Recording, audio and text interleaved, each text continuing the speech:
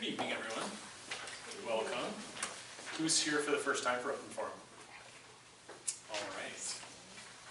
Yeah, so I'm Dr. Hunter, and this is a monthly series that we do here at Pilgrim's Education Center, and I come prepared to talk about a topic, and I also want to give the opportunity for us to have a dialogue and a conversation, and to make sure that as individuals, if you have health questions, area of interest, that I share some of my time in answering some of those. So in a couple of minutes, I'm going to leave some space to get some topics on the board so that at the end of kind of my prepared section of information, we can go over those questions. A couple of other things to make sure I share. I am recording the lecture we're doing, so if you enjoyed it, want to rewatch some stuff, share it with someone, it'll be on our website, cdahealingarts.com. And also, if you want to learn more about what we're doing at the clinic, whether it's events, detoxes, classes, health information we send out, feel free to give us your email so we can put you on our listserv, and I'll just pass that around. So, and you can leave it in the back, it's fine when you're done. Otherwise, a little bit about me. So I know some of you are patients, but for those of you who aren't, I'm Dr. Hunter Peterson, and I'm a naturopathic physician. My clinic is called Coeur d'Alene Healing Arts. It's in the downtown area, and there's lots of information about us in the back, and our website has a plethora more about who we are and what we do. And so you'll actually learn a lot more about naturopathic medicine specifically in tonight's lecture, because I'll be talking a little bit about the history of medicine. So we'll get a little flavor of where we come from as a profession. Outside of that, feel free to raise your hand during the talk, ask questions, interrupt. This is, as I said, a dialogue. So the more we can kind of pivot on where you're interested, I think the more dynamic and exciting it'll be. So with topics, did anybody come with any questions they wanted to discuss tonight and make sure we cover? Any and every question is welcome. Yes?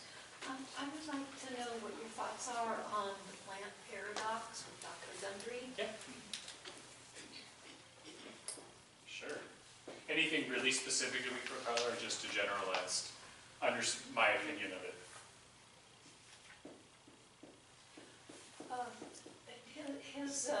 He advocates that the evolution of the human being hasn't caught up yet to the defense mechanisms of plants to defend themselves from humans, and it seems radical to me, but I want to know what you think. Okay, sure. Sounds great. I'll speak to that. What else? What other questions?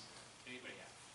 I just was on a cruise ship and went to a talk, and they talked about toxic water in our system, and I've never really heard about that before. Okay. I can't quite remember what they said and how that happens. Instead of, it was like instead of fat, it's not always fat, it's toxic water, maybe bloating us. And Okay. just wondered if you could hit that a little bit. So you're speaking to drinking water? Well, they were talking about how it's stored and it gets in your, it's not going through your liver properly, and it's So the actual, what happens to the water once it gets in your body? How does it turn toxic and not go Okay.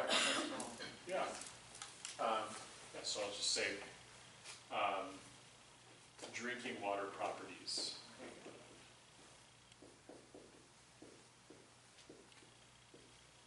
Okay.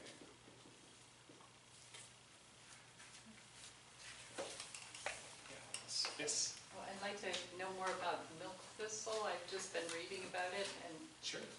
and maybe its properties for detox.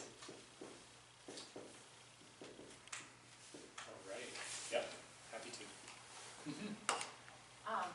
About DMSO and how much it strengthens things, so that if you take it with something else, you know how much of that thing you can take. Yeah. And interact. Are you speaking internally, DMSO, or topically? Internally, yeah. Okay. Got it. Cool. My question. Yeah, just a second, Lisa. Yeah, go ahead. How about MMS? Do you have an opinion? MMS, are you referring to the spray? MMS, or is it a capsule, or? Oh, it's a, we've had, it's a Liquid? Miracle Minerals. Yeah. Oh, It's a- okay. There's a lot of MMSs abbreviated, Oh. so I wasn't curious. It's a trace mineral, or? It's based on, I can't even think, what does it taste like? It's 2 parts. Bleach, mixed tastes with- like bleach. Yeah, I was gonna say, doesn't it have chloride in it? Yes. Yeah. Yeah, so it's, okay, yeah, no, I am familiar with MMS, okay. Speak as to using it and safe, or why you'd use it, is that your Yeah, question? just general terms. Okay, yeah, sure, I can chat about it. Snake oil are useful. I wouldn't say snake oil, but I have some thoughts on it. Okay. Yeah, Lisa. So, well, you might cover it already in this talk, but it was about, like, how we would kind of change the healthcare system to where, we can really help with, like, supplement coverage and insurance. Uh-huh. Like, almost like at the government level or lobbying for it or something. Sure. Yeah. Yeah.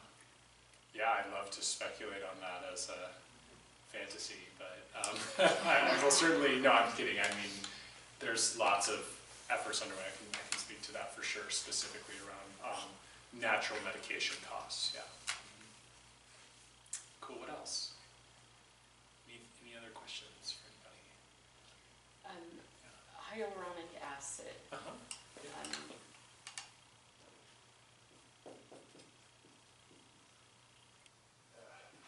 That's not how it's spelled. L-U, yeah, just you. Uh-huh, and how one would use it, or just Well, I started Yeah. taking it how useful it is? probably about 4 or 5 months ago, and I do seem to have noticed a difference in some movement, Okay, where yeah. where I had stiffness and this Sure. and that, but Mhm. I can talk about how it works. curious more about it. Sure, Yeah. yeah, I can talk about that, no problem. Have you ever, or would you ever, or could you ever do, like an open forum with an allopathic doctor, like a Western doctor? Oh, I would love to do that. I haven't really reached out into the conventional community. I'm slowly but surely building relationships, but yeah, that would be fascinating. Certainly, I've talked a little bit to some of the hospitals about doing some talks there for their community, but have never really pursued it. So, yeah, thanks. I would love to do that. Yes. Since all psych drugs, like, they're all benzos, SSRIs, very dangerous for our society, besides magnesium, what are some things that could replace them that's natural?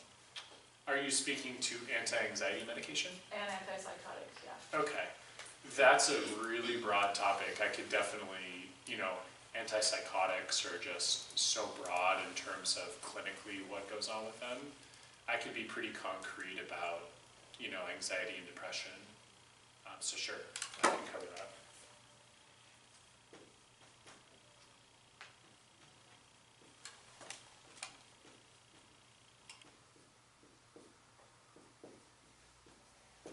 I don't know if it goes with that, but developmental disorders, is there any treatment for that or not really?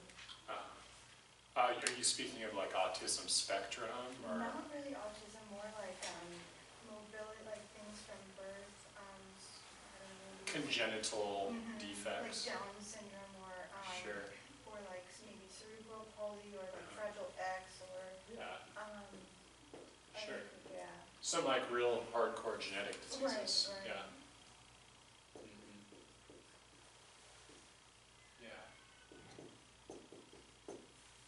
The short answer is yes, and we treat them naturopathically. Yes, in the back. Acid reflux, Uh-huh. GERD and esophageal cancer is now becoming an epidemic in our country. Yeah. And what about that specifically would you like to learn about? How to combat the acid reflux Yeah. and the signs, I guess, that you need to be. Yeah, I'll just write cause and treatment because they go together. Yeah. Cool. Any other topics before we launch in? Yes. Food labeling, Yeah. I know there's non-GMO, there's organic, there's pasture raised, all natural. What's the difference between them? Yeah, What great. should we go for? Yeah, great question, Ann. Chat about that.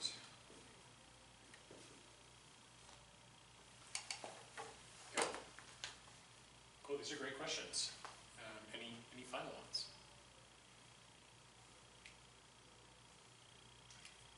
I guess, I don't know if you can talk about brands, like what, how did Excel, all these, you know, the brands to not go after and brands to go after and why?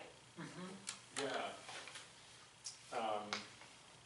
I'll just say, you're speaking of natural medicines, right? Yeah. Supplemental medicines, yeah.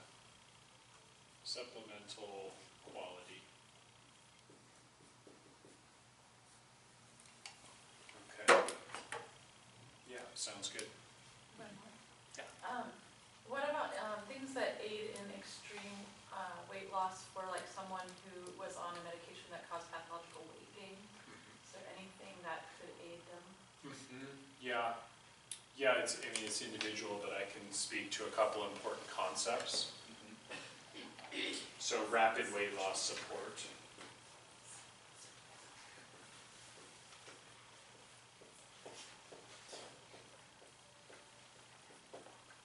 Okay, cool.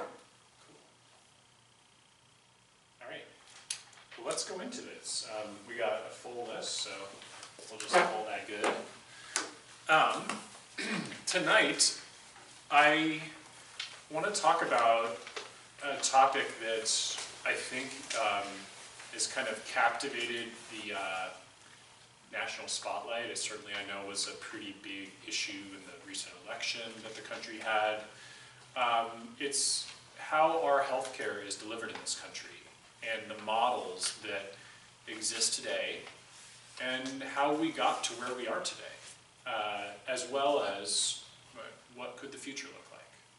So I'm going to try to amalgamate quite a bit of information and try to hit the highlights so you come away with something versus a lot of little things that don't add up. But I think the starting point, of course, has to be our past to see how we got to where we are today.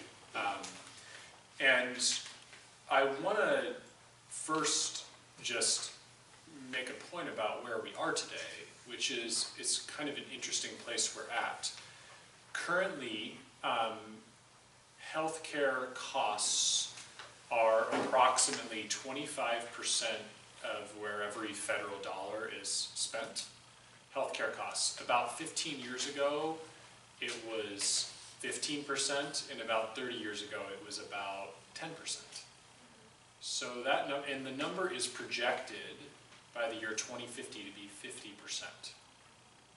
50% of every dollar you pay in taxes will be used to fund healthcare. And I think in terms of a family's budget or income, in terms of where those dollars are allocated, the pattern is somewhat similar in that it's increasing at a very, very rapid clip. It's something like 20% of spending is on healthcare mediated costs on average. And that number has dramatically increased over the last few decades.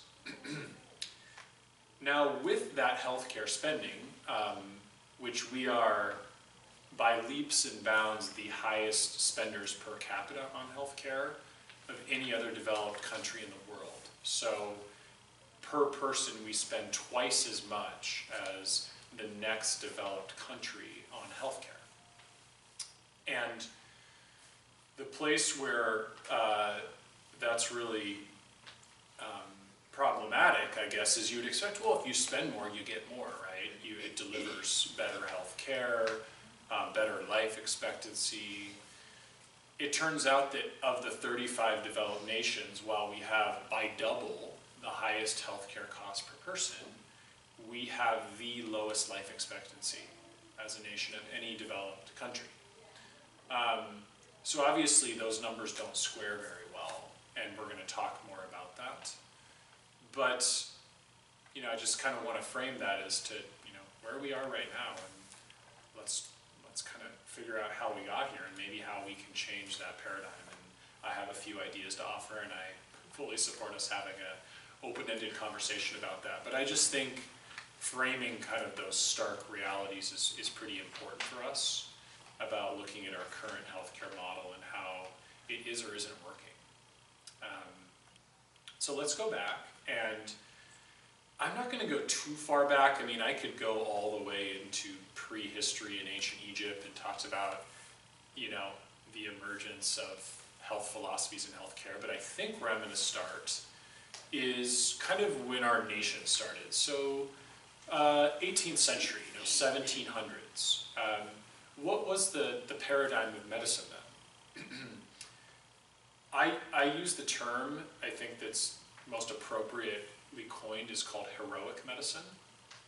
And this was, some of you are probably quite familiar with some of these concepts: bloodletting, heavy metal poisoning, emetics, or things that would produce vomiting, things that would make the skin boil or blister, purgatives, or things that would make you evacuate everything in your body.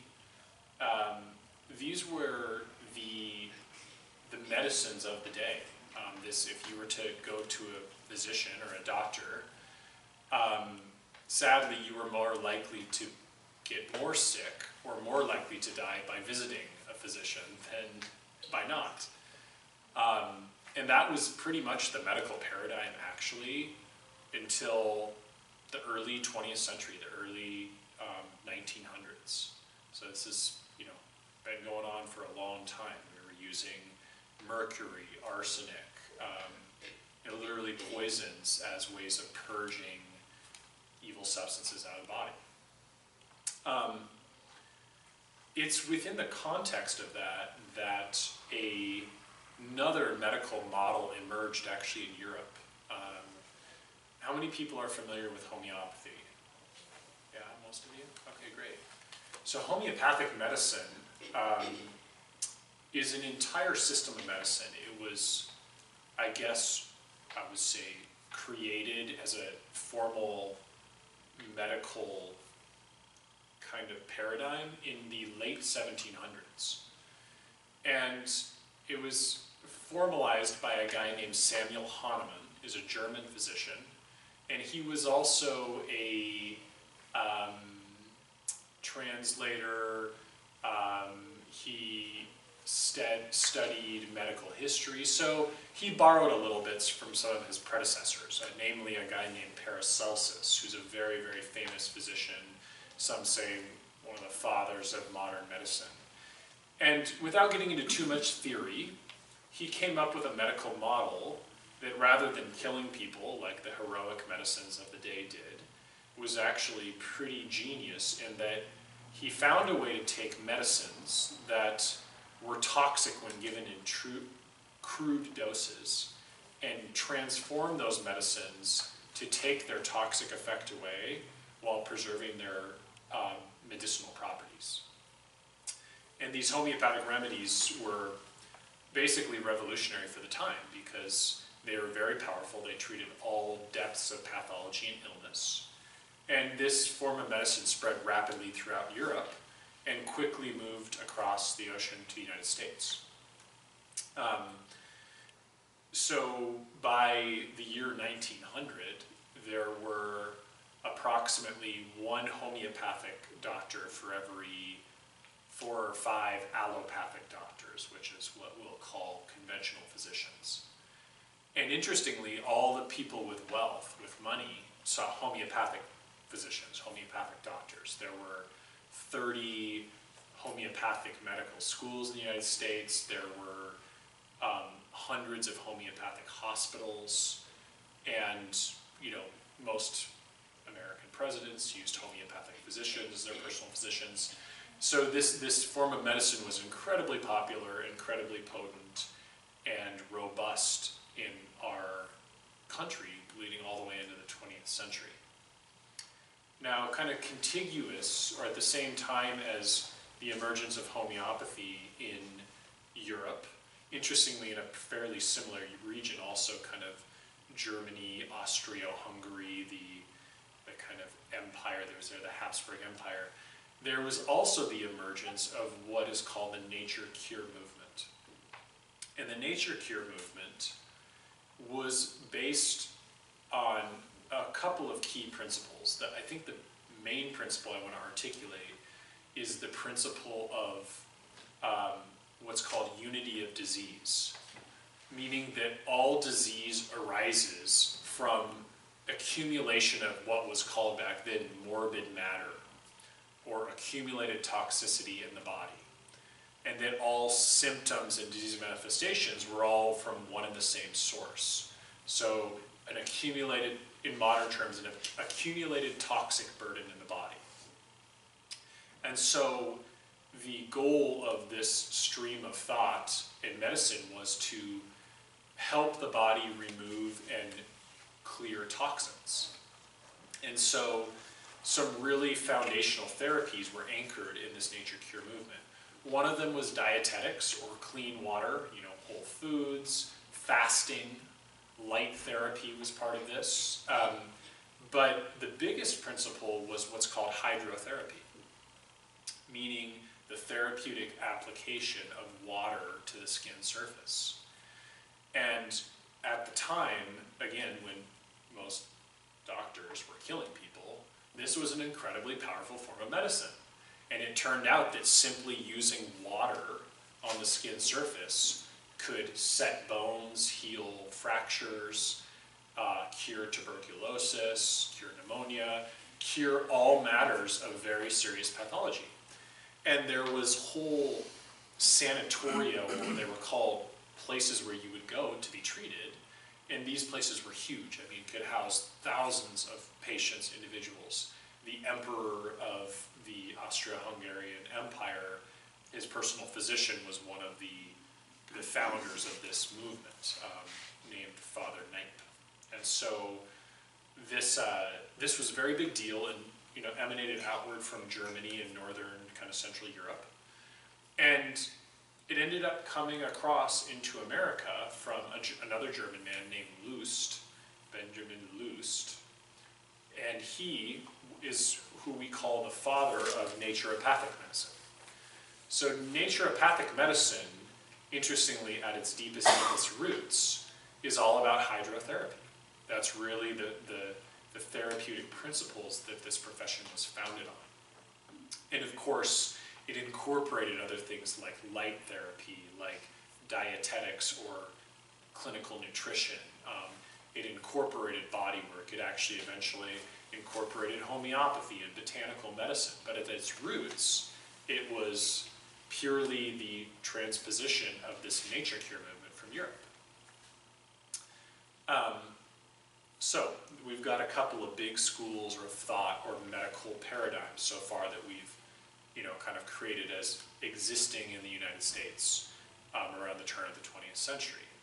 Yes? Did the hydrotherapy work? Of course, yeah. So I don't get what it is, just taking a bath? Well, a lot of it has to do with contrast. Yeah, the contrast of hot and cold to the skin surface. Yeah, and how, remember the unifying theory of disease in naturopathy is all disease emanates from morbid matter or poisoning of the blood. And what does contrasting hot and cold do? Well, it vigorously moves blood. When you contrast cold to a skin surface after hot, you contract vessels and you dilate inner vessels. And when you move to hot, you dilate external vessels and contract internal vessels. So it's an incredibly powerful way to pump blood and lymphatics, etc. And so, again, it can be used to treat very serious pathologies, and they did treat every form of disease using water as medicine. It is a key tool in therapeutic that I still use every single day in my practice. Most patients, in fact, get specific guidelines on how to use it, and I use it in acute conditions all the time. Yeah. So at the time of all of this, some of the kind of contemporaries of Hahnemann and Knipe and this nature cure movement were probably a guy that you've mostly heard of, Louis Pasteur. Most people have heard of him, right? How many people have heard of Claude Bernard? Yeah, one person? Couple? Okay. Yeah, I mean, he's the guy to me that everyone should really know about, because they were contemporaries, and the rumor has it that on his deathbed, Pasteur said, Bernard was right, his theory is the true one. The differentiation of their theory is pretty simple. This was when we had microscopes. We were able to actually look at bugs in microscopes. And Pasteur did all these experiments, inoculating people with smallpox and transferring it and seeing that, oh yeah, if you take pus from smallpox and put it on someone else, they'll get smallpox. So he came up with what's called the microbial theory of disease, meaning that disease arises from a microbe, basically, that if you expose someone to this microbe, then they'll get the disease.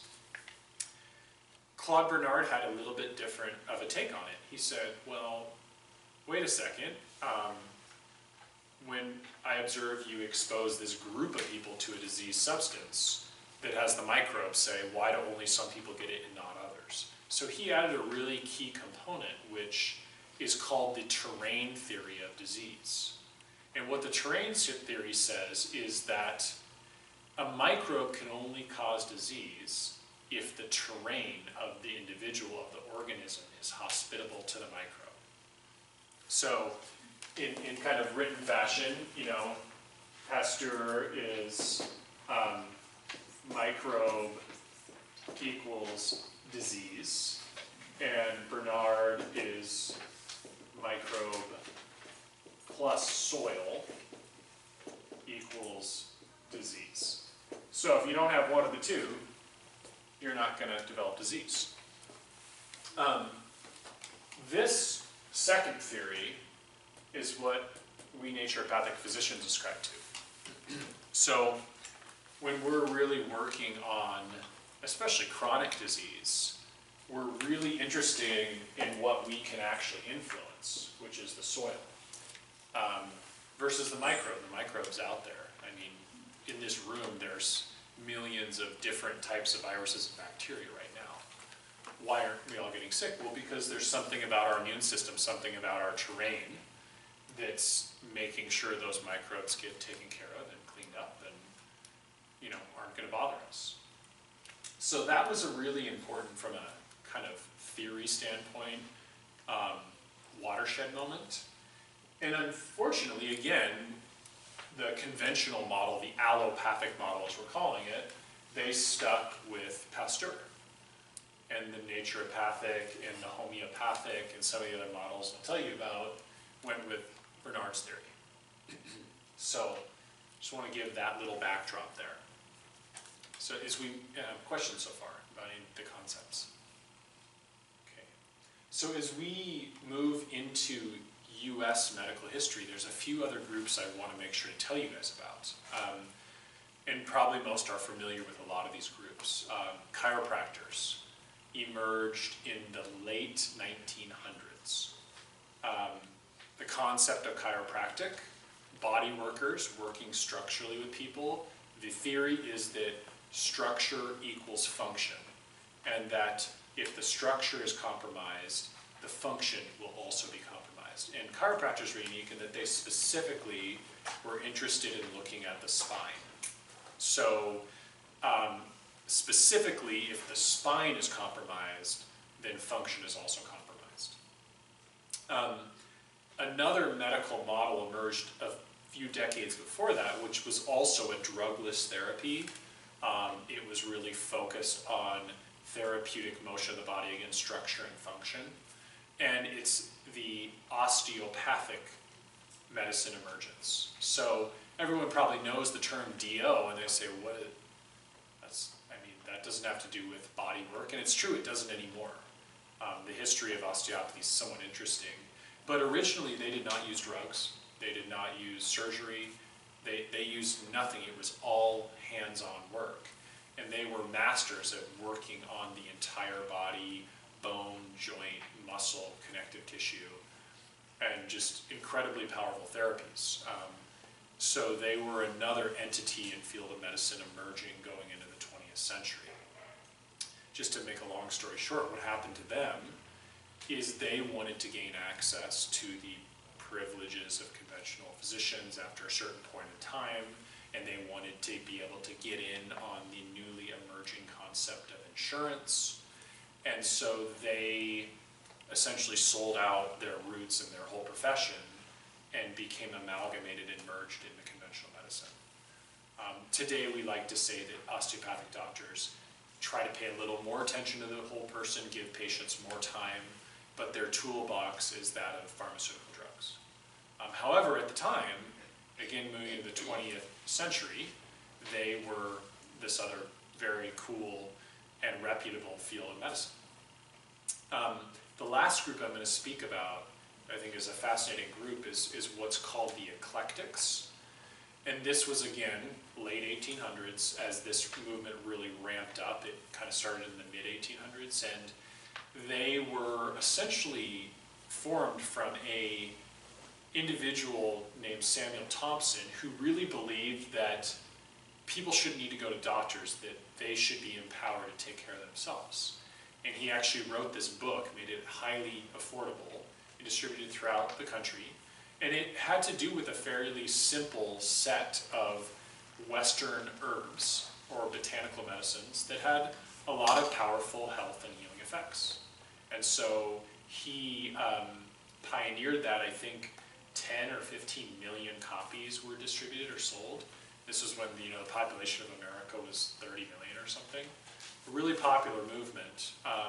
And it encompassed also other individuals, practitioners who were kind of more in that botanical medicine vein. Yeah, go ahead. Sorry, what was the name of the book? I really should know this. That's okay, I can look that up. Yeah, I'm totally blanking on it. I have my own copy, which is why I'm so sad that I don't remember it, because it's my favorite book I have. I collect old books. Anyways, so interestingly, as we're talking about the naturopathic profession, all of these other professions, with the exception of conventional medicine, I would say, naturopathic medicine over the 20th century has co-opted a lot of those modalities. So I use homeopathic medicine, I use botanical medicine, I use osteopathic techniques, I was trained in how to use chiropractic techniques, and of course I use naturopathic techniques, and heavy emphasis on clinical nutrition, dietetics, etc. So, however, I'm setting the stage here for the coming of the 20th century. And as I said, the stage is interesting, right? There are, I think, for every 100 people, there's a physician. Medical standards at this time are not concrete and set in stone. So there is a huge, we'll say, glut of doctors out there in the world. It actually wasn't the most reputable profession at all. So physicians weren't very wealthy. I mean, for the most part, the ones that were wealthy were mostly homeopaths. The precursors to our modern doctors or allopathic physicians, weren't very well respected, and there was a lot of competition. They didn't do great. Also, in terms of medical organizations at the time, many of you know about the AMA, the American Medical Association. What many of you don't know is that the AMA was formed in opposition to the American Homeopathic Association. So its precursor was the AHA, and it was formed in opposition to try to oppose homeopathic medicine and the organized profession in the country. So fast forward, as all these models are building steam and thriving, and there's a very balanced mix of medical models being practiced actively in the country, in comes along this fellow named Flexner, Abraham Flexner, who was co-opted by the Carnegie Institute, which the Carnegies, if everyone knows that name, essentially, we could say in many ways ran the country back at the time, about 115, 120 years ago. And they commissioned Flexner to go around to all of the medical schools in the United States and assess their, the conditions and the quality of the training, both clinically and educationally, and make suggestions as to what should be done to standardize medical training. And essentially this report was deeply, deeply flawed and deeply biased and influenced by specific political interests. But what came of it is huge. And what emerged from it is Flexner made this report, and again, under Carnegie's guidance and power and weight, it was then submitted to the federal government, and basically what ended up happening is this individual deemed probably 90% of the schools he visited not satisfactory or up to enough of a rigorous standard for educating physicians. And interestingly, all of the schools that met the standard were the allopathic schools. So of the homeopathic, of I think at the time 22 homeopathic medical schools, all but 2 were shut down. And how they shut them down was they just said, you know, you can't grant licenses. So you can train people, but we're not going to give them licenses, and they can't practice. And so essentially what that created is it made everybody shut down. And so all of the eclectic schools were shut down. All of the naturopathic schools were shut down, formally following this Flexner report, and what remained were these, you know, 4-year allopathic medical institutions that were closely allied with the newly emerging prescription medicine profession, which was closely tied to Carnegie's. So you see this huge watershed point, basically, in the delivery of healthcare in America in the beginning of the 20th century. And as I said, it was kind of interesting because what was happening before, I mean, physicians were a dime a dozen, care was very affordable. Now the expertise and the, you know, training of the physician you saw, a little suspect. You weren't so sure what you're going to get. But certainly the accessibility and the affordability was very different. However, after this report, what this also did was created this monopoly and this elitism, or, you know, very much kind of constriction point in access to care, basically, by graduating, you know, by a small fraction the number of physicians that were graduating before the Flexner report. Which is kind of the situation we see ourselves in today, right? Where there's huge amounts of underserved areas, the number of medical providers for people is way, way insufficient. So certainly it achieved its aim and then overshot. But that was a big outcome from this Flexner report and the culling of the medical schools. So on the other side of the Flexner report, you have this strongly emerging model, and there's a lot of politics, as I said, involved in this, and there's also, at this point, the creation of the Pure Food and Drug Act, which essentially said anything that's dispensed as medicine has to run through this. It's the precursor of the FDA. And again, you know, good purpose on some levels, right? Like, you don't want poisons or arsenic or lead and the things we know to be harmful in the medicines that are being dispensed without, you know, customized labels, right?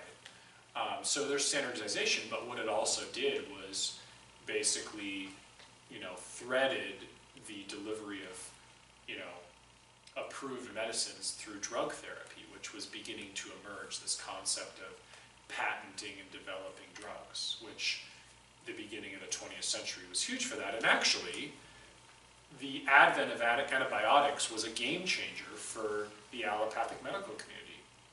Because, as I said, heroic medicine, up until the time, was the medical paradigm. And we talked about what those therapies were, right? Nothing that's used today, certainly. What emerged, of course, around World War I was penicillin. So we suddenly had the access to antibiotics, a truly life-saving drug. And so, in part of the diminishment of, you know, these other schools of healthcare and the rise to dominance of allopathic, there is a piece of that that has to do with the advent of antibiotics. It was truly a game changer in extending life. Questions so far. I just, you know, covered a lot of medical history and kind of what happened. Is there any areas to clarify or emphasize or review? by Samuel Thompson called New Guide to Health? Yeah, New Guide to Health. Okay, I just Googled it. Yeah, it's a really awesome You book. get it on Amazon. Yeah, it's amazing, yeah. Cool. So, at this point, then there's this curtailing of all these other health paradigms. I mean, they survived, but by little threads. And so now they're kind of in the backdrop, we'll say, since this lecture isn't necessarily about, you know, the reemergence of naturopathic medicine or the essentially assimilation of osteopathic medicine. We'll kind of now move forward with, again, the current, how we arose or arrived at the current health paradigm and medical paradigm we're at now. So the number of physicians has been curtailed drastically. The allopathic model is the primary paradigm that's being used. And then in kind of Depression era, we basically start developing these concepts of, well, you know, what if you could buy an insurance, pay in something to protect you should something bad happen to your health, kind of like homeowners insurance for floods or, you know, building insurance or whatever. It's you know, just in case something really serious happens, you know, you pay in monthly and then we'll give these kind of services. That evolved a little further into a company called Blue Cross, founded in 1929, where they, you know, kind of organized around certain hospital complexes and said, okay, well, you know, you pay monthly to cover these types of services and you come here and get these services. So it's kind of like the original HMO, which is Health Maintenance Organization, or Health Management Organization. So that was kind of evolving, and then World War II happened, and we see the advent of employer provided health insurance. And really what that kind of was all about was that wages were frozen during the war, and demand for labor was through the roof. So they had to have a way to entice laborers. And so one of the ways they could get around that was offer fringe benefits. And one of those was health insurance. This concept that the employer would provide or pay for your coverage to get healthcare done, because healthcare was an expense for everybody, or at least to some degree. And so that really began to emerge at that time, and it kind of coalesced around different companies that were offering this. And basically that system solidified through the remainder of the second half of the 20th century. And there's a couple of really important distinctions of, you know, attempts to make this concept of healthcare covered for all to be created. It was attempted by Truman after the war, unsuccessfully. The AMA, the American Medical Association and hospital associations lobbied vehemently to not allow this to happen, because essentially their profits would be curtailed drastically. And so that was part of why that never happened then. We then had Lyndon Johnson come in, and he brought about a form of healthcare for all, but not really. It's called Medicare and Medicaid, which everyone's probably fairly familiar with. Medicare is the universal coverage of all seniors in our healthcare system over 65 years of age, and Medicaid is coverage for individuals below the poverty level, basically, which recently was dramatically expanded over the Affordable Care Act. So these are actually, you know, universal coverage features, but only for select subsets of our population. That was in the mid-60s. Now, as time has moved forward, we have seen employer-sponsored healthcare coverage to be much more robust. Certainly, I think it's something like 65% of the population is covered in that setting, employers paying for healthcare. And out of the remainder, with, you know, again, The Medicare, Medicaid is something like about 15 to 20% of individuals. And then about 10% is individual insurance, which is paid by the individual versus their employer, and is outside the scope of, employer covered, and is largely, or a big portion of that is a consequence of the health bill that passed in 2009 that, basically theoretically created greater accessibility to more reasonable premium coverage for healthcare. It did a few other things too.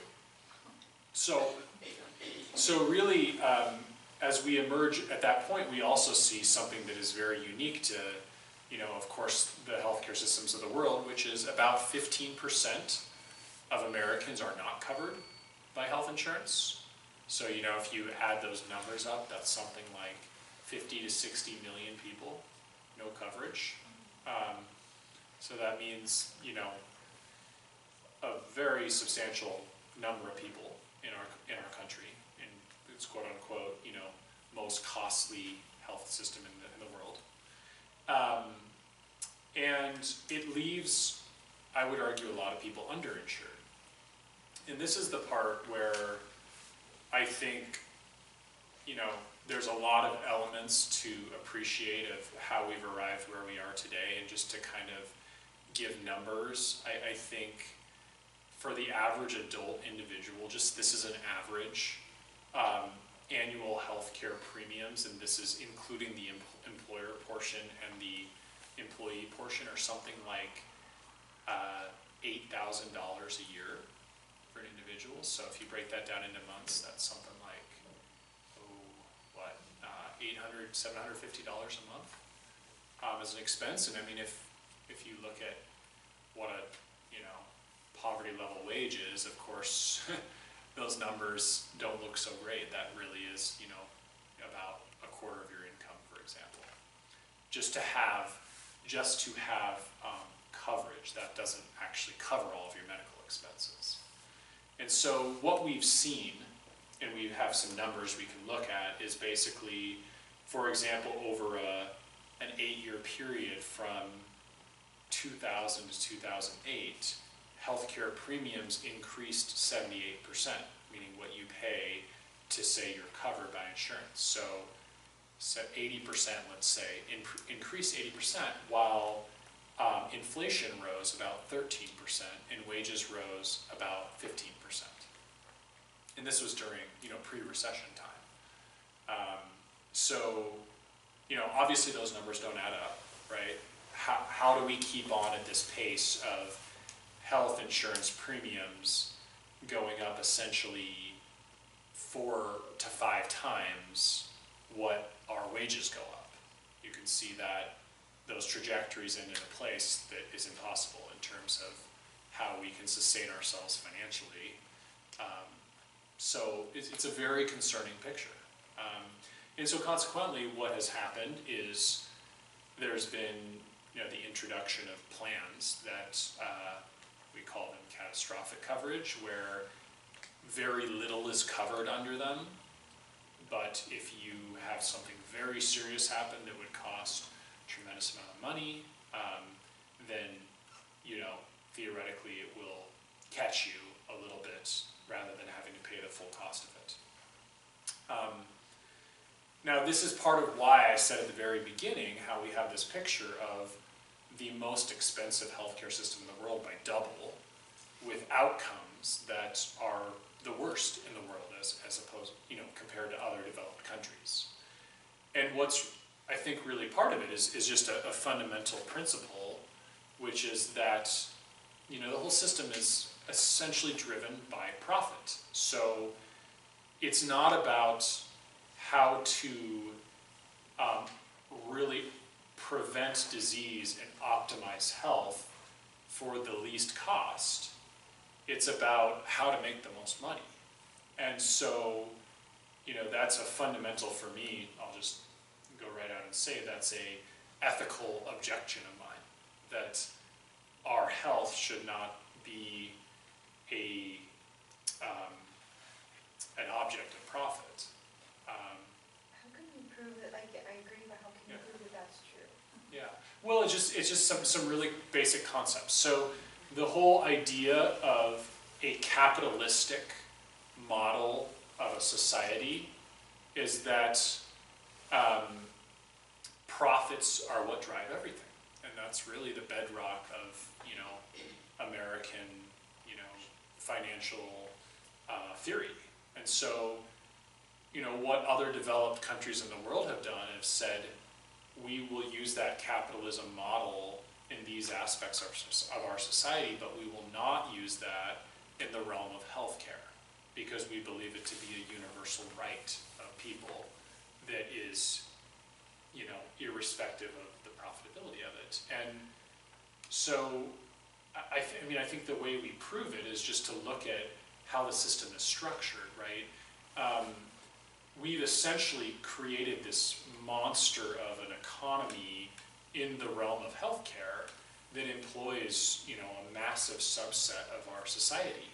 For example, we have dozens of trade schools around the country, maybe hundreds, where people are sent to school and spend their careers coding the visit diagnoses and procedures for healthcare providers. There's tens of thousands, if not hundreds of thousands of people whose job it is to play a game between the person delivering the care and the insurance provider to help the person delivering the care get the money that the insurance company is getting from the people and companies to the provider. That's an example of a place where there's billions and billions and billions and billions of dollars being given for something that's basically a middleman, right? They're not actually, that whole subset of industry is necessary in what's been created, but it doesn't provide any care, it doesn't better anybody's life. Is that taxpayers' dollars that do that? It's taxpayer dollars, and it's, the dollars we put into our premiums, whether a company or an individual, right? Because all the money goes to the insurance companies and then gets sent back to the providers. And the concept, of course, of insurance, makes sense. Single payer is the ultimate concept of insurance. It's that the healthy care for the sick, and everyone contributes, but the people who are sick use more, and the people who are healthy use less. Again, that makes sense if the net sum is that all of the money is basically being exchanged between the providers and the patients. But you have all of, I'll call them ancillary services, and the coders or the billers are an example. They are one example amongst probably hundreds of industries that have been spawned from this. And another really important thing about our healthcare system is, again, capitalism, profit-driven. We have a facet of our healthcare system called the drug industry. And these are, if you want to buy stocks, these are very good stocks to buy because their corporate profits are astronomical. The money that these companies make and their executives bring home is so huge that if you're into investing in, corporate profits, which is what the stock market is, then they're a great thing to invest in. So we have a lot of research and development going on in our country, and at least in the conventional world, the tool of choice is drugs. So whereas, I might prescribe a handful of drugs over the context of maybe, a few thousand patient visits in a year, my counterpart is a family practice physician might prescribe 50 drugs in a day. And some of those are what are called generics, and they're they've gone past their patent expiration and they've been able to move on to the competitive market. But a lot of the drugs are under patent, which means that the maker of the pharmaceutical or the drug can charge whatever they want for it. And either the patient, but again, because we have this insurance model, the insurance company is going to pay that drug maker for that drug. So, you know, good examples of some of the really wild ones are some of the cancer drugs that are between, for a 1-year course is between $200,000 and $400,000 a year for a 1-year course of a drug. I mean, you know, for one person. That's what these pharmaceutical companies are charging. And they have no checks and balances on them because, again, with this free market capitalist economy, where, you know, there's a reciprocity between the insurance and the drug companies, they, you know, do what they want basically. Whereas all these other single payer systems where there's universal coverage, you know, the access point is through the governments. So the governments could say, if you want to, you know, if these drug companies want to treat our citizens, then we have to make these medicines affordable to the government. Otherwise, our healthcare system is going to collapse. So, to make a point, you know, to back up the drug companies, what that does globally is it de-incentivizes research and development. Because these drug companies do spend a lot of money getting these drugs to market, and a lot of them don't make it, and it costs them money. So it certainly is more difficult to engage that process in other parts of the world when there's not such massive profits to be had when you get a drug to market. And so in other countries, a lot of the research is being done in the academic setting, you know, how to cure disease, etc., through university settings where there are national grants paying for the research and development, which in my opinion is a lot less of an ethical dilemma because, of course, drug companies, if they stand to make billions and billions of dollars, have a lot of motivation for their results to pan out. And we see almost daily exposés on, you know, basically researchers cooking their findings and conflicts of interest being disclosed that, you know, weren't disclosed. And it happens all the time. Not to say that everyone's like that, but it does. Yes? Don't you think the one good thing, though, about the free market, capitalistic way of even the drug companies, is that people won't be able to afford them, and therefore they will hopefully go back to the cheaper, natural things that actually work and don't poison you. Yeah. So, I mean, I see it as a plus. I guess you could call that a silver lining, maybe. And certainly, I mean, obviously I'm a naturopathic physician, so this whole drug conversation is pretty irrelevant to my practice. However, it's relevant to most of us. And certainly some drugs can save lives when, you know, we've ignored the warning signs to the point where pathologies are so progressed. But so the advantage of this model with this, you know, totally free market capital economy around the drug industry is it does promote research and development, if ethically dubious, and it also overarchingly allows Americans access to the most state-of-the-art care. Now, that doesn't mean as a society we're healthier. We're clearly not. We're the least healthy of the developed world. But for the uber-rich, they have access to the best care in the world. And that's, you know, again, part of the paradigm of, you know, true free market capitalism. So it's not necessarily medicine for the masses, but it is medicine for the privileged to get, you know, again, state-of-the-art care to a very, you know, huge financial tune. And I think that's the part that really gets me. And obviously, I'm a primary care physician. You know, you could say I'm frontline, and I'm very into prevention. So the thing that I think, you know, I certainly think that replacing your heart valves and, you know, doing open heart surgery and putting 6 stents in the heart is a pretty fantastic, miraculous thing that we can do to save people's lives. It also costs the insurance company or the patient about $100,000.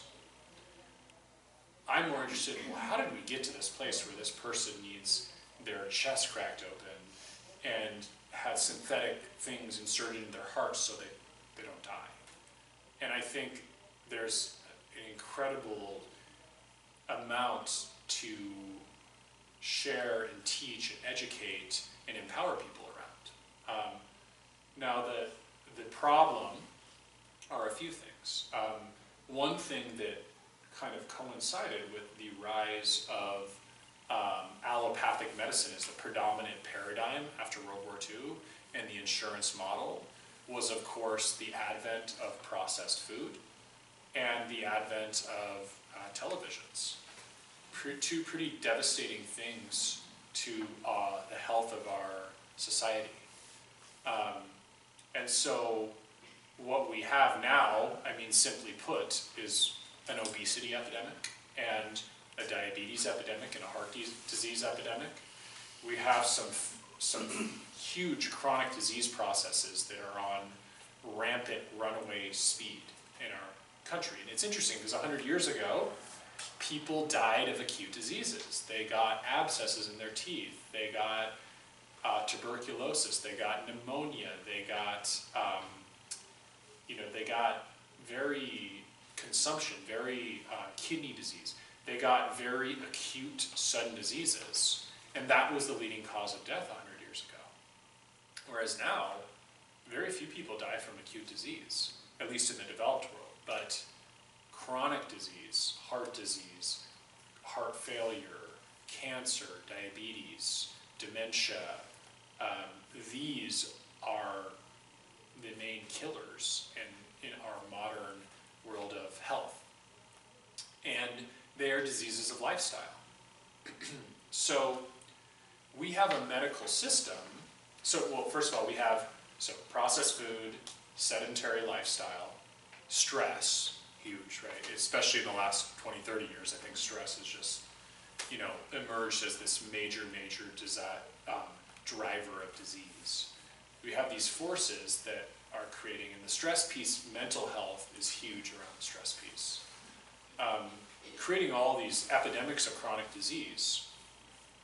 And in the context of that, we have a healthcare system that is foundationally capitalistic, free market, designed to benefit from the more you intervene, the more procedures you do, the more drugs you prescribe, the more money there is to be made. So, and there's no correction force on this, right? Because there's no cap on the profits to be made. It's all privatized. So the doctors are making money, the insurance companies are making money, the drug companies are making money.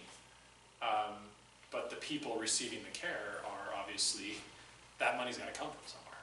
So it's coming from our tax dollars, it's coming from what we pay into our premiums, it's coming from what companies pay into our premiums. So in a sense, most of us have really lost touch of actually what it costs to administer healthcare in this country, because we're kind of detached from actually paying for it. Although that's becoming increasingly more of an awareness to the everyday American, because again, you see, oh my gosh, you're going to increase my premiums by 40% next year. So I was paying $5,000 and now I'm paying $8,000. Well, how am I going to send my kid to school? How am I going to pay my bills? I mean, this is, in every American living room, a conversation that's emerging more and more, especially among the, not incredibly wealthy, where those increases make a profound difference in their bottom line and well-being.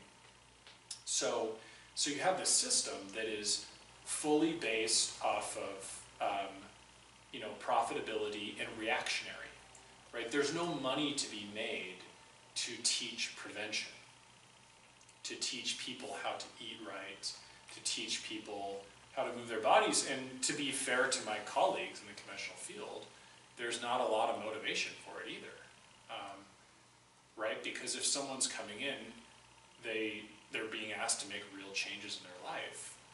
A lot of people will say, well, I have this symptom. Can't you just help me with this symptom and get that to go away?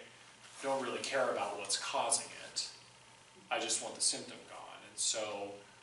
And we have this beautiful tool for that. They're called drugs. They do a really good job of suppressing symptoms. Don't do a great job of treating causes, especially of chronic disease. And that's a huge, huge issue. So again, and what we've done too, because part of what makes medicine profitable is if an insurance company is the gatekeeper, they hold all the keys, and they make the physicians prove what they're doing. So a lot of physicians are spending a huge portion of their time charting and justifying what they're doing to an insurance company. Well, to make money, you got to see more people. So the average visit time to see a physician is something like, primary care physician, I think is 6 minutes or 7 minutes. So understandably, with chronic complicated disease in individuals, it's pretty darn hard to treat people as individuals and to really understand and engage the root cause of these chronic diseases. Even if the conventional doctors had the training to really deeply educate on nutrition and how to transform stress and how to really guide, you know, incredibly precise, specific counseling in all those arenas, which are kind of my passion. They don't have time for it and they don't have the training for it. So we get into this place where we're reflexively prescribing medications, chronic disease processes don't go away, they get suppressed, and the disease deepens, and people get sicker and sicker. And then, instead of getting prescribed a drug for their blood pressure, they're having open heart surgery for, you know, their heart that is about to die. And after the open heart surgery, you know, there's a whole nother set of drugs, and they're hospitalized a bunch because now their health is so limited that they're so sick that they're, you know, constantly in care. And they're getting images, and they're getting, you know, all sorts of diagnostic workups done on the regular. And so what we have going on is these two parallels. We have this spiraling out of control of chronic disease and all of the implications of those chronic diseases. I mean, let's give diabetes, for example. The implications are blindness, kidney failure, loss of all sensation in your peripheral organs, destruction of the heart, destruction of the brain. I mean, think of all of the implications of the long-term cost of, you know, eating sugar, basically, and not exercising. Two very profound ways that you can completely reverse it.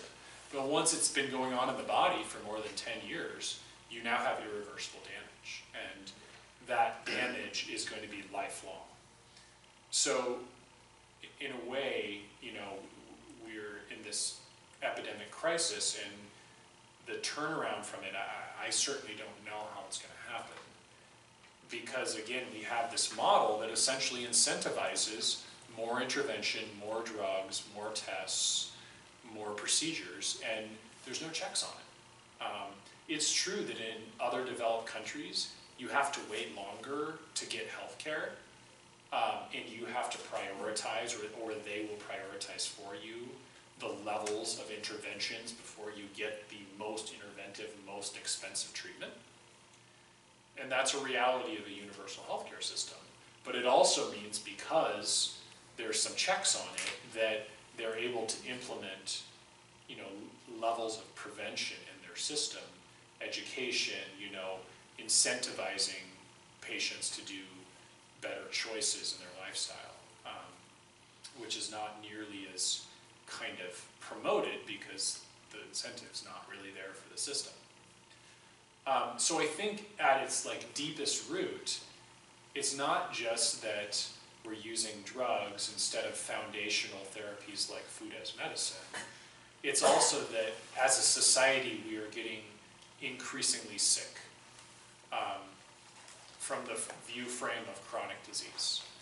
And that's a matter of education, is really what it is. And so if I wanted to make, I think, the biggest difference on a societal level, I'd probably be somewhere in public health policy, because I would be trying to get nutrition education into schools, a national system that provided families with ways to actually understand, you know, what food does to their body, get universal, you know, access to different systems of movement and exercise. And there's there's so many ways where you could punch pretty high in doing preventive medicine. And to me, preventive medicine is not getting people to take blood pressure medicine, just to be clear. A lot of, ask a conventional doctor, they'll see prevention, oh, take your blood pressure meds and take your diabetes medication. No, no, no, things went way wrong already by the time you need to get to that. So that's a little bit of me being on my soapbox about what I think is at the root of things. And our will as a species to step away from the limitless temptations that are in front of us and the toxicity of the stress that wraps around all of us. It's a pretty hard thing to ask of an entire society, but I don't think it's impossible. We just have to have some pretty profound shifts in how we, not just execute our healthcare system, execute our society, basically. So that's kind of where we're at. And if we really look nuanced, in a nuanced fashion at the models, there's a couple of things I just want to point out. So the two main models that are kind of out there right now, aside from Medicare and Medicaid, which is, basically government-funded healthcare where, you're able to utilize Medicare or Medicaid credentialed providers who accept those forms of insurance and the government pays for it. There's two main models of private health insurance, and the two models are HMOs, or health management organizations, or PPOs, which are preferred provider organizations. Anybody heard those terms? Okay, great. So the big difference between them is preferred provider organizations. You can go see whatever doctor you want. You can, you don't need a referral from a primary care, say, to go see them. But typically your premiums are higher, and oftentimes they will cover less of the overall cost. Versus a health management organization, which means that there's this group of people you can see, but only this group of people, and their big hospital systems are wrapped up to this, and all these big corporate physicians' offices. And so you can only go to the people within your health management organization, and you need to be referred. Usually your primary care is the gatekeeper to send you across to all these different settings of which provider you go see. So there's more limitation to access, but usually the premiums are a little lower. Now on the provider side, this is kind of interesting. The HMOs reimburse providers by number of people they see, whereas the PPOs reimburse providers based on the number of procedures and the numbers of drugs they prescribe. That's very key, because essentially one system, the HMO, is incentivizing you to undertreat people, see as many people as you can, because then you get reimbursed by the amount of people you see. And the other is saying, well, the more you do with people, the more meds and the more tests you run and the more procedures you do, the more you're going to make. So I don't think either is a great strategy.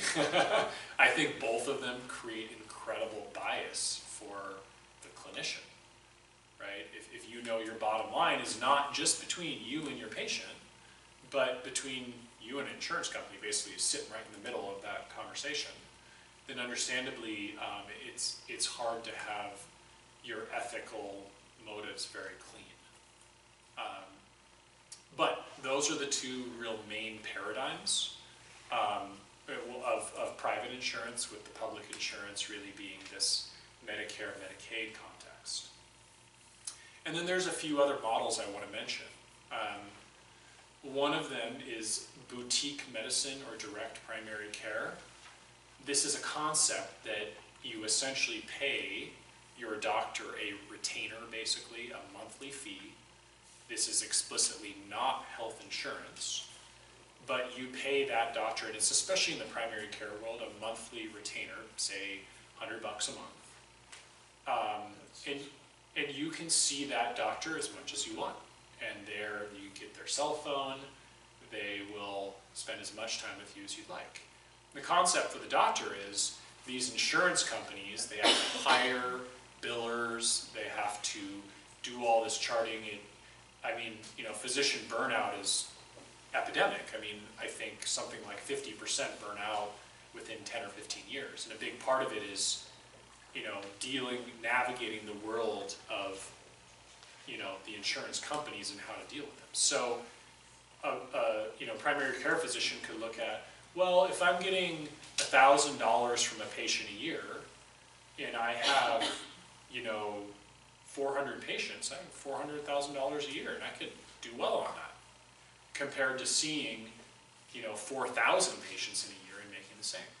So understandably, for a lot of new graduating doctors, this is a desirable model because they can do all the right things. They can give patients time, give them quality of care, and give themselves time to be healthy and well too. But of course, it means that someone is paying them directly, even if they're not using them every month. And that what they're paying that doctor is not in any way associated with the additional health insurance they carry.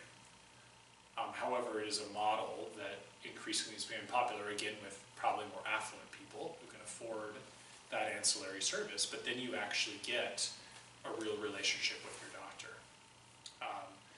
And so there's a few docs in town who do that. And, you know, it's a model that, from one standpoint, I really like, in that it actually incentivizes investing in a long-term relationship with your physician and promoting you to go see the doctor instead of not going at all costs because you're worried about what it's going to cost you. Whereas this says, no, you know, come in, figure out how to be as healthy as possible and use that resource. So boutique or direct primary care is one model. Any questions about? Well, that wouldn't count then on your tax returns for having insurance, so you'd still have to have insurance to prove. Well, the individual mandate was repealed last year, so there's no penalty for having insurance anymore. That's going to make the accessibility of the coverage that mandate created probably inviable pretty soon. That's what the projection is, that when you take that mandate away, the healthy people aren't going to get insurance because they're going to say, I'm probably not going to get sick, but the really sick people are going to get insurance. And the premiums are going to increase so rapidly that they won't exist at some point soon. Anyways, so yeah, but that is one model to use. Another model is using, well, this is kind of a model, a health sharing system, and there's one that I see a few people from called Samaritan's Ministries. And this is a concept that everyone pays in, that's a part of this collective, and I think it's a Christian organization. And there's all these criteria that meet, you know, how the sharing gets doled back out. But basically it's, you know, health insurance that is not nearly as restrictive in terms of how you can use it. And this kind of brings us into the sphere of naturopathic medicine, what I do. Part of, I think, why I see a decent proportion of those individuals is because their health insurance company will cover naturopathic care as well as allopathic care. So they don't distinguish, and the patient submits the forms. There's no insurance forms or reimbursement or anything like that. The patient pays for the services at time of service, and they get reimbursed by their health sharing company. That's a model. And then, finally, of course, of existing models, there is the most ancient of models, which is called fee-for-service. Concept of fee-for-service is that there is a stated fee schedule. You pay for your medicine and your visit, the doctor's time, at the time of the visit. It's also, you know, in more business terms, known as a cash-based practice, because the money that is being, you know, exchanged between the patient and the provider is, you know, in real time versus through the medium of an insurance company.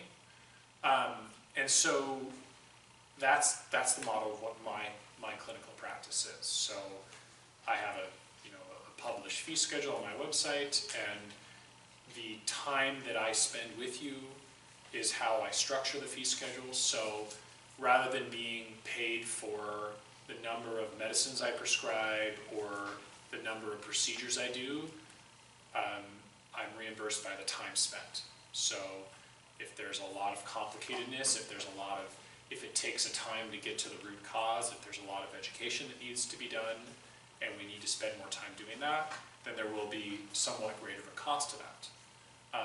To me, that's very powerful for preventive medicine, because I tell my patients every day, I want to work myself out of the job. My greatest joy is to empower you in learning how to be your own doctor. And that takes time. Sadly, our health system does not reimburse for doctors' time. So in that model, yes, when you look at the fee schedule, you will be taking out of your pocket for a 30-minute visit $80, but the services and the insight you learn from that, I would hope, are very valuable for the rest of your life, in a sense. So that fee schedule, or that model of fee for service, was how everything was before the 1930s and 40s, when this insurance concept was introduced. Now, what that does mean, like the concierge or direct primary care model, is that it restricts access to care. People below the poverty line to have regular office visits at a fee-for-service clinic, especially for large families, ends up having higher cost, especially if you're very sick. For relatively healthy people, I don't need to see them very often. And even for sick people, if they're really committed to the work, I see them less and less often. And what I like about the model I use, and this is just in my reflection and observation, very obviously, not having to hire staff and not having to spend my very valuable hours explaining myself to an insurance company, which is what physicians have to do in an insurance model. I also, really get to invest my time and energy in the relationship with my patients. And every decision that I make is exclusively designed to benefit directly the health outcome of my patient. I don't have any other incentive to do otherwise. I guess trying to keep them sick, but they wouldn't come back to see me, so I don't know why that would be the case. And I'm not offering them anything that they can't get somewhere else, basically. And I'm not holding a prescription over them that only I can give them. Most of my medicines come from nature. So what I have to offer is being in a therapeutic space where we can arrive at certain insights about how someone is living their life, and hopefully have actually them arrive at that insight versus me telling them, and provide empowerment, knowledge, and tools to change the trajectory of their life and their health. And, also resources ongoing moving forward. And because I don't have this insurance model and all this, incredible labor of dealing with that, I also can offer much more comprehensive ancillary care to my patients. So I tell every new patient, hey, call me as much as you need to, talk with my staff, give me updates, right? Because that's part of the level of care if we're really practicing individualized medicine that we need to offer, and that my model allows me to do that. And I also think another big one that is huge is the fact that when you go to a doctor's visit and they give you a prescription, and most of that prescription is kind of requiring that you seek changes to the lifestyle that got you to this place with your health, which is where most chronic disease emerges from. And you have to go out and pay for that visit, full cost of that visit right then. We use this term, you have skin in the game.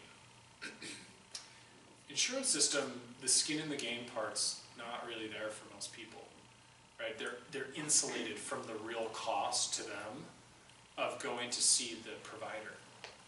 So when you essentially are saying, well, for this $250 new patient visit, and this doctor gave me a bunch of things in information and education on how to feel well, not only do I want to feel well, and that's a lot of motivation, but I also have, some skin in the game. I have some financial incentive to do this work. And so, I'm so grateful that is an aid to me, whereas my conventional colleagues, I think it's a piece that, they don't benefit from in terms of the therapeutic relationship. And not to say that life always has to be about money, and I would, I wish that, our health was truly our #1 priority.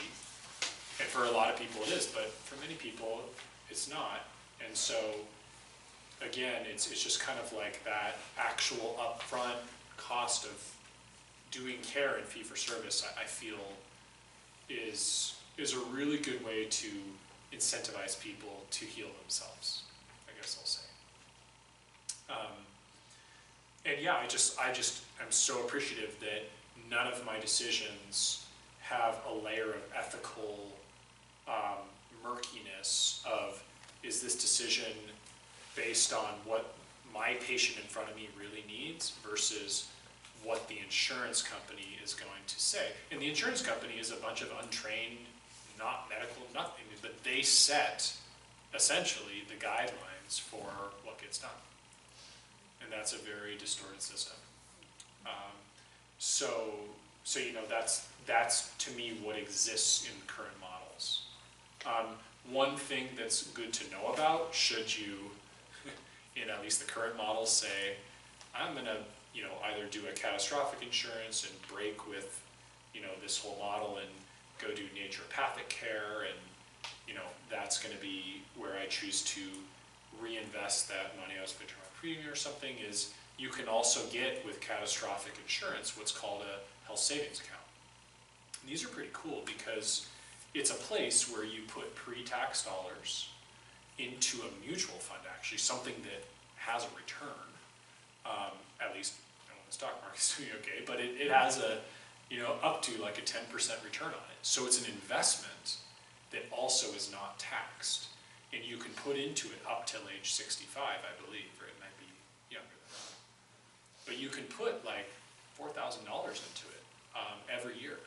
And you can use it for the rest of your life. So say every year you max that out and you're 80 years old, and all of the expenses that are encompassed in that HSA, which are many. For example, Lisa, you had asked, how do we help pay for supplements? Well, at least a pre-tax way to pay for it is to have an HSA, because it will cover all medicines, including natural medicines, co-pays for office visits, procedures, laboratory. I mean, basically any health-related cost, vision stuff, dental stuff, can be covered with these HSAs. Do you know if every company is required to be able to do that if employees want to set up? It depends. So there's a window. If you have super comprehensive good health insurance, you're ineligible for it. But if you have mostly in the middle, everybody in the middle and on the edges, then you are eligible for one. And I don't even necessarily think you don't need the company to create that for you. But they have to make the deduction tax-free. That's the account. That's right. Yeah. So because if you are just a W-2 employee, yeah, you'd have to make the deduction. So yeah, you're right. There would be a level of an employer conversation, and because I'm my own employer, I actually don't know in detail about the workings of that, as if it has to be a company mandated concept. It's a great question. I don't know the answer to, but I bet some research would bring that up pretty quick. So that's something to mention. Yeah. What did you say the HSA stands for? Health savings account. Yeah. You can go on the IRS website and there's a section in there for the HSA, and it will tell you everything that it'll cover. Yeah. By bandages and peroxide, cotton balls and. Yeah, there's an explicit section of what it covers, you're right. And it covers a lot. So that I would say, in current models, if I were to say, if you were here at this lecture because you really want to work with naturopathic medicine and, you know, how could I have the most economical, financially savvy plan, one would be, you know, and especially if your, you know, ethic is around, hey, this is the type of healthcare I want, getting a high deductible plan with a maxed out HSA and going and seeing your chiropractor and your naturopath and your acupuncturist and your massage therapist, and you know, that could be a way you could go with it. So anyways, those are some of the models that currently exist out there. You know, in terms of, so any questions, I guess, before I go on, any questions about any of those models? How they look? Okay. In terms of the future, it's hard to say what's going to happen. As I said, we're on a crash course right now where, you know, premiums simply can't increase by 10 to 20 to 30% every year while income increases by 2 to 3%. So that's where these projections of 2030, 2050, it gets into a place where, well, yeah, if half of our income is spent on our health care, how's that going to work? I don't know. So something massive is going to change. I don't know what. But unfortunately, you know, at the political level, there's not, I think, a political will to massively change the paradigm. Because you have to appreciate that policy is made at the politics level, state, local, and federal level, and the policy makers are elected based on their wealth, who donates to their campaigns. And the number one donors are the insurance and pharmaceutical companies. So there's, even though for the common American, there's massive incentive for people to get health care as a universal right, the people who keep people in office, they are massively incentivized to keep the current system in place. Because they keep, these corporations, again, keep making billions and billions of dollars at the top to ensure that the current system stays in place, even if the health and the, you know, viability of our country is going away. So I don't know how, you know, that political will is going to change. It's really hard to say. I would say that potentially, and I think most physicians would agree with me, the vast majority of us would say that, you know, like all the other countries in the world, we need an ability to give everyone health care versus selectively give people health care. So I think that the advantage of doing a single payer or universal health care coverage would make it so everyone can be treated.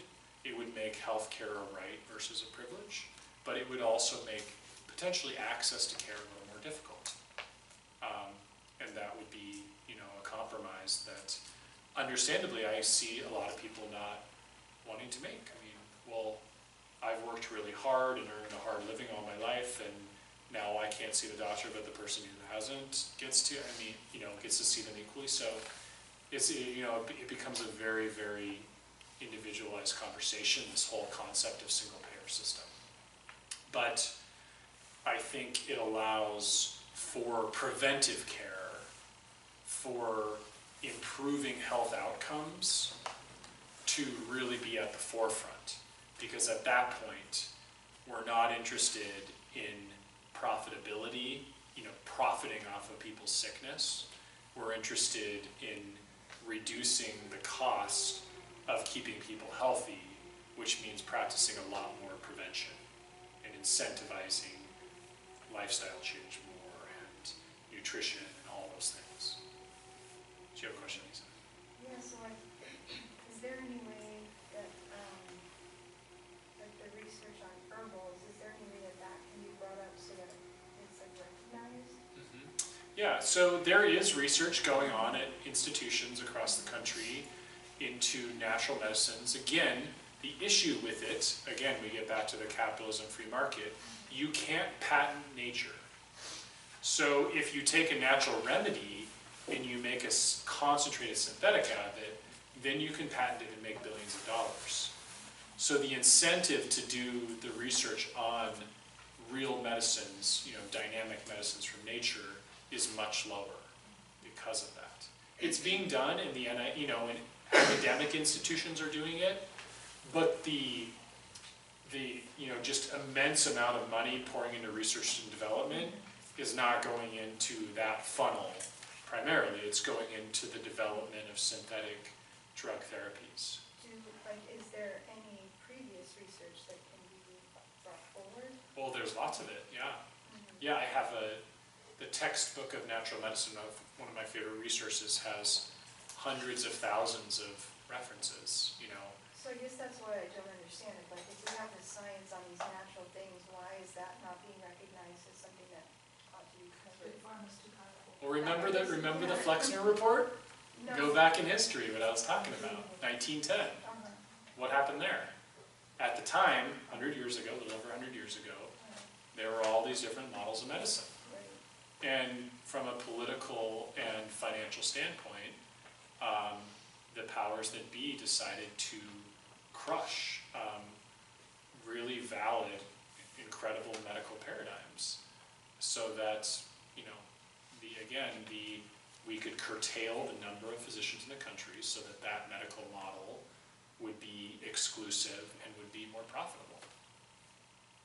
And they continue doing it today by, how many times have you heard somebody who's sadly deceived say, oh, Natural News, that's not a real website, that's a fake website, so it's just this whole shift of big pharma thinking, we're the right way, we're the powerful guys, and it's really hard to fight. Yeah, so the research is out there, and the medicines are very valid. I'm incredibly satisfied with, the outcomes I get with my patients, and I do it as science-based as possible, where I can. Of course, not everything can be science-based, because not all the research money is going into validating the efficacy of natural therapies. I'd love more of it to be going that direction. But another issue, and this is a whole little thing, I'll just say one statement, is that the whole paradigm of the placebo-controlled double-blind study is that you give a giant group of people the same treatment, and then you give another group of people a placebo, or what they think is a treatment, and you measure the differences in outcome. The assumption that's made there is that we're only changing this one variable of which medicine they were given. Well, the reality is that we are all unique human beings, and we're all going to respond differently to a drug, just like we're going to respond differently to a natural medicine. So how do you really, make that an accurate way of seeing what is helpful or harmful? And again, that's why, I am a believer and a practitioner of individualized medicine, because I believe that every person who walks into my office, even if their chief complaint is the same, is going to get a dramatically different treatment plan from me. Well, it's just so frustrating, because even in the mental health field, there's these people on these psychotropic meds, and then they just need not be. Yeah, exactly. So anyways, other models moving into the future, I see technology playing an increasingly large role in health delivery. I see prevention emerging from technology to some degree, way more refined ways of monitoring our health through sensors and devices. I see genomic medicine really taking off in the fact that we can sequence the human genome in a day and identify underlying predispositions. That's all going to be very big in the future of medicine. What I don't see changing is the fact that our genetic expression is 90% directed by our environment, meaning the environment that our genes are in is ultimately what controls gene expression. It's called epigenetics. And of course, enter lifestyle medicine, right? Diet, stress, sleep, exercise, mental, emotional health. That's our environment, right? That's what is determining which genes are expressed. So it's never going to be that you can just get a report about your genetics and say, oh, okay, I'm going to be healthy for the rest of my life because I know my genes, or I take this drug or whatever. It's not going to be like that. It'll always be that we have to treat the individual and we have to understand the foundational determinants of health, some of those I was just mentioning, and understand how well someone's life is balanced in those arenas. But those are some of the things I see in the future. In terms of models, I kind of shared, I don't have a revolutionary model to share today. I wish I could say so. Again, I would love it if everyone could see naturopathic doctors and they could see it irrespective of financial background, and we could spend time with each of them, and doctors could get reimbursed reasonably but not exorbitantly, and you know, it could really help us. But I just don't necessarily know how that's all going to come together. So kind of just tried to share how I think we got here, and what some of the, you know, steps are to improve our health as a society, and what focuses and emphases we need to have. So any kind of final questions in closing that anyone has before we kind of get to some of these? In the beginning, you said processed foods and TV were the biggest. So TV, do you just mean because of the sedentary part? Yeah, just people sitting in front of the screen for, on average, I think the average American is 6 hours a day. Oh, and then it's had computers. Yeah, and if you had computers and phones, and all the things that we haven't even done the long-term research on the health consequences of that, but it's starting to emerge, and it is very frightening in terms of what those electromagnetic frequencies, and we know that it messes our circadian rhythm up, and it causes, you know, mental, emotional harm, and all these things, but we're just starting to learn about the actual electromagnetic consequences of all this stuff too. Yeah. Yes? Your fee then, you charge direct. Now can we go to our insurance companies or? Yeah, it's a good question. For some people, have insurers that actually cover naturopathic care. They're few and far between, especially in Idaho. In Washington, they're much more common. But you can always ask your insurance company, hey, do you cover naturopathic care? And I can give what's called a super bill. And it marks down the codes. It's just a sheet of paper I fill out, and you submit it to your insurance company, and they, if they cover naturopathic care, will reimburse potentially part or much of your visit. It's exceedingly uncommon, so I just didn't even mention it, because I would say of my Idaho insured patients, maybe 3 to 5% will get coverage. And all of the Medicare and Medicaid programs don't reimburse at all. So, so it's just unlikely to be a factor. And I always, say to that, while that's unfortunate, I would love everyone to access and be able to use something they're already paying for to help pay me, because that's a big, understandably, emotionally, and mentally anguishing thing for people to have to pay for health insurance and then go actually get the care they need that they also have to pay on top of. But I also look at it from the concept of, what is being conveyed and empowered, which is lifelong, and it's personalized care. So, if a physician spends 90 minutes of time with you, going over your entire health picture, getting to the root forces that's causing suffering, that's going to take time, and it's going to have a cost for that time. So I think what you get out of that in terms of long-term well-being, though, is an incredibly good investment if you see it from that context. And it's kind of like, it's interesting how we look at things. Like, does anybody in here not put oil in their car because they don't want to spend money on it? Right? What do we call that? We call that prevention. You don't want your car to break down on the freeway and explode, so yeah, you go get the oil change when it's time to change the oil.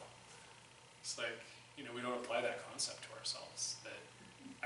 I do get some patients, and I love this, that come in to learn. They're like, I don't have any debilitating health issues. I just want to know how to be the healthiest I can possibly be and live the longest and healthiest life I can. And I would say, great, I love talking about that, because there's so much we can talk about. Whereas I think when these individuals go to their conventional doctors, they get, you know, kind of a little bit of a blank stare. And if all the tools you have to offer are drugs, drugs don't enhance vitality, they suppress symptoms. Not a lot to give in that context, besides say, well, eat well and exercise, but I don't know really